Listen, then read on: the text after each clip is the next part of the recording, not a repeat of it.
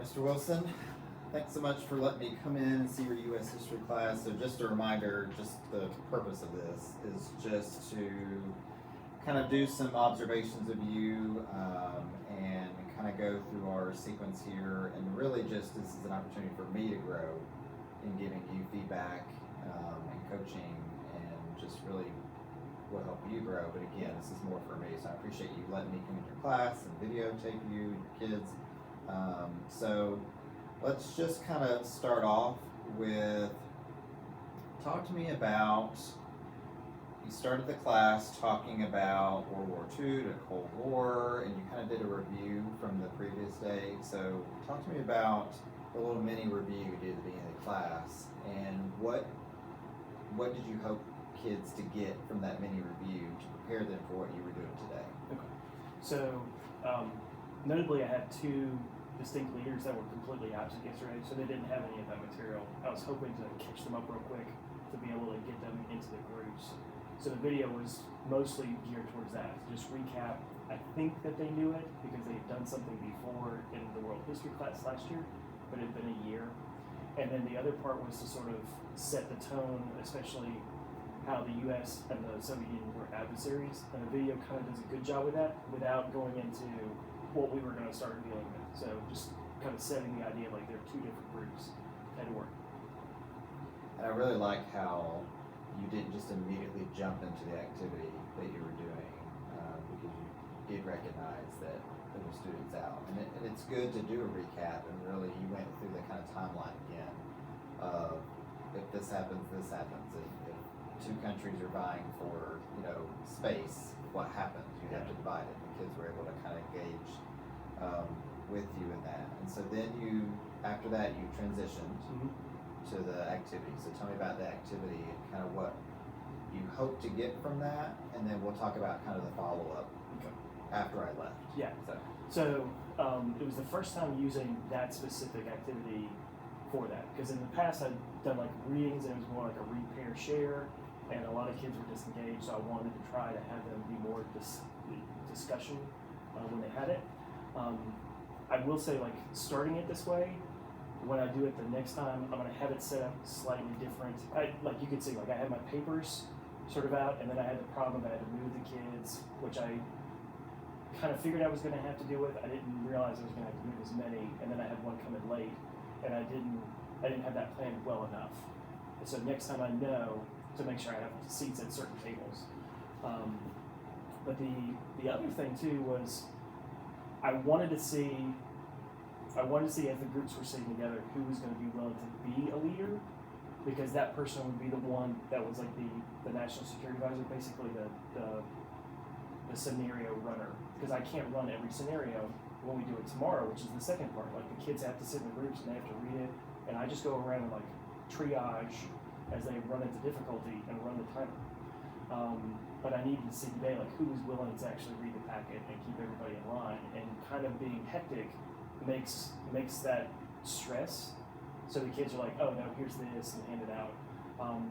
I was very surprised that Franklin actually chose to be a leader. He usually passes and gives it to somebody else at the table. So I was happy that he actually did it that time. And then the boys that were in the corner, it always depends on who's in that group as to who picks. So having the way it shuffled out was very interesting as far as that was concerned. Do you think having them pick their own roles and things, do you think that helped the activity? Do you think it hindered the activity at all? Do you think it delayed the activity?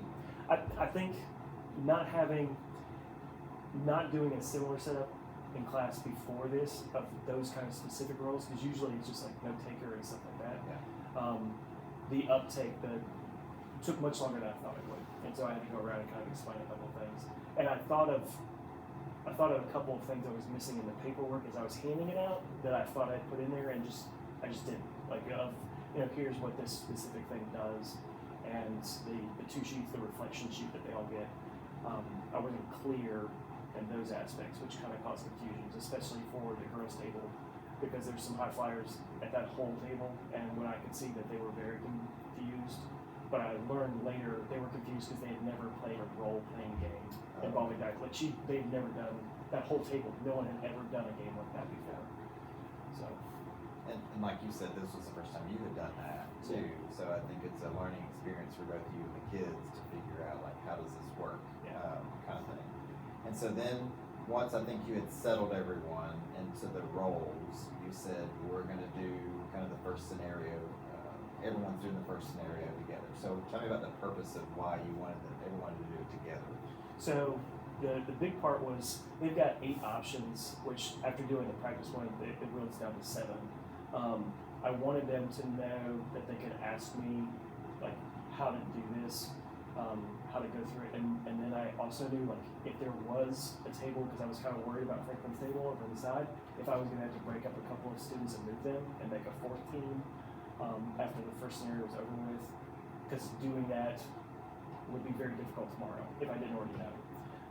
And plus having baby practice, it was kind of low. Like they didn't have to stress. The timing, I made it 35 minutes instead of 20 minutes because the scenarios are supposed to go really, really quick.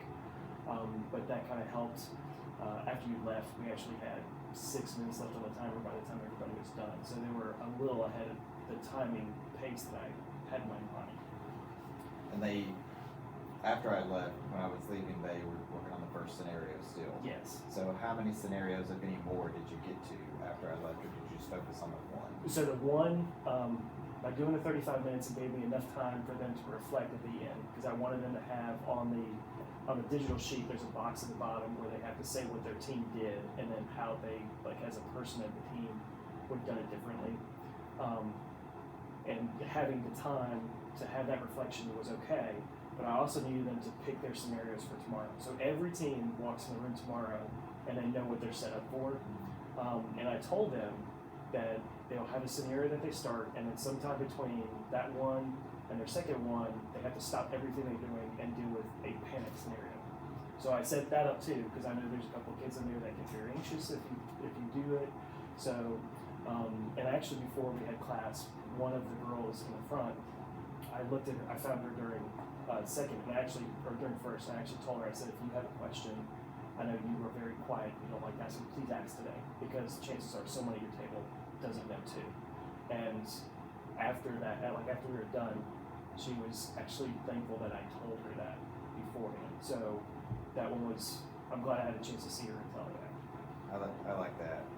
So it helps me to know, like, so during your lesson planning for this lesson, was your goal just to do the one scenario to prep them for multiple the next day or whatever, or was it to maybe get through the model and maybe one more? Yeah. So what was your kind of plan originally? I really wanted 2 today.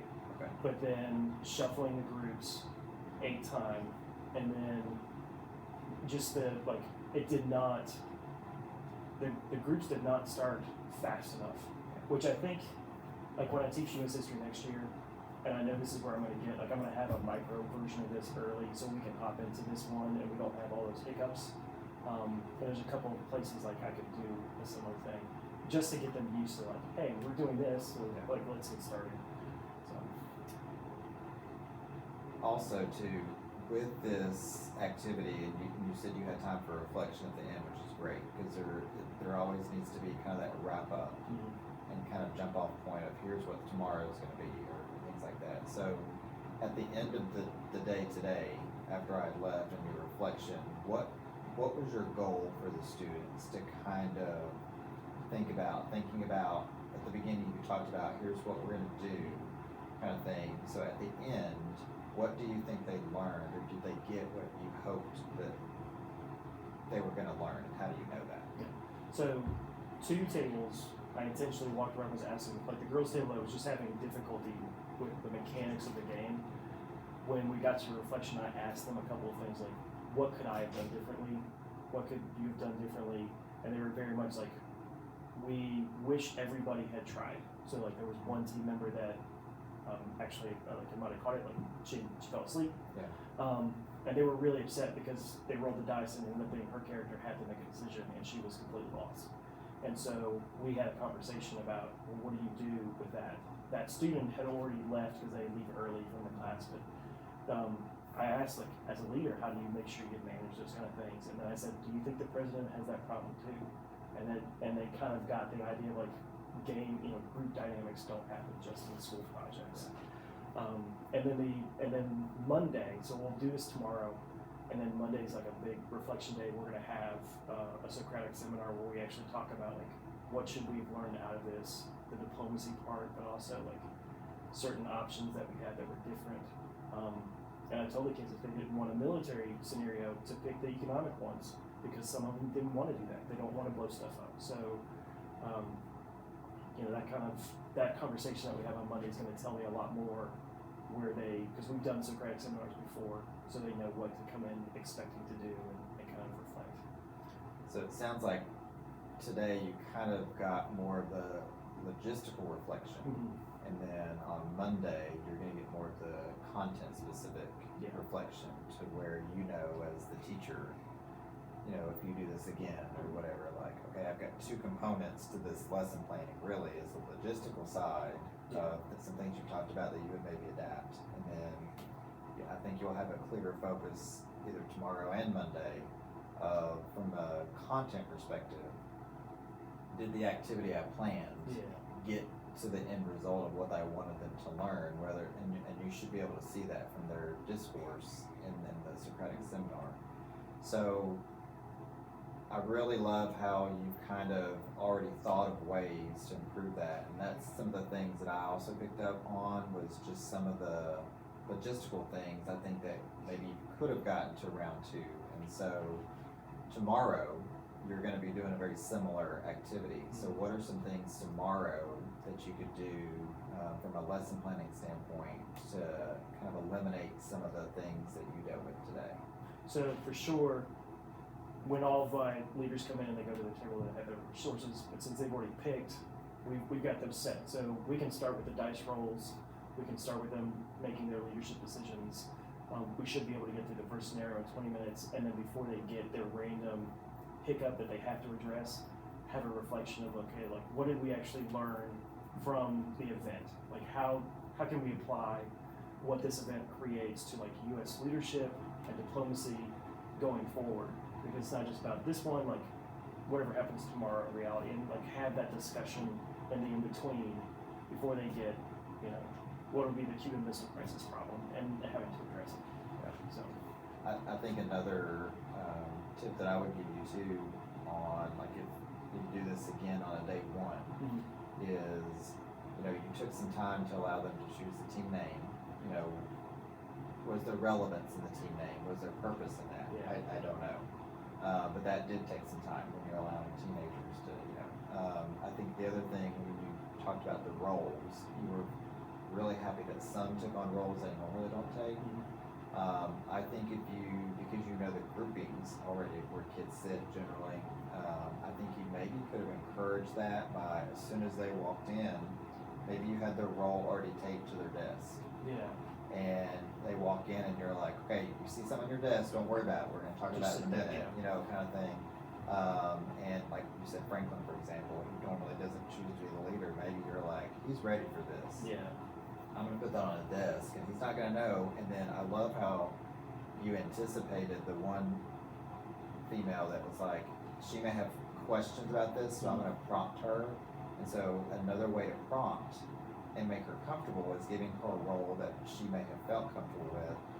So that could have been one way potentially to eliminate some of that time if, say, you lost. And I think another thing could have been, hey, I'm going to count you off 1, 2, 3, 4, 5, 6, whatever. It's if you're a done. 2, Yeah. this is your role, kind of thing. And then because you have multiple scenarios that you're going through over a couple days, tomorrow we're going to switch to the right, and then everyone has a chance to be the different roles, and it's not just the same person being the leader, because who those kids are who are always going to pick that. So I'm glad that you've already kind of processed, like, how can I adapt this lesson again in my planning to make the time more effective, which I think in the end, and you'll see when you do your Socratic seminar, the content will come quicker, and there'll maybe be a little less confusion. So I think you have a lot of good things. This was a great lesson, a great way to get them engaged with each other instead of just, here's the notes, read it.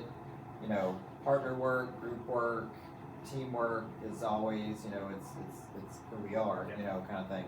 And so I think you really adapted that well. And so because you're doing a similar thing tomorrow, I would love to come back Oh, great. tomorrow, Awesome.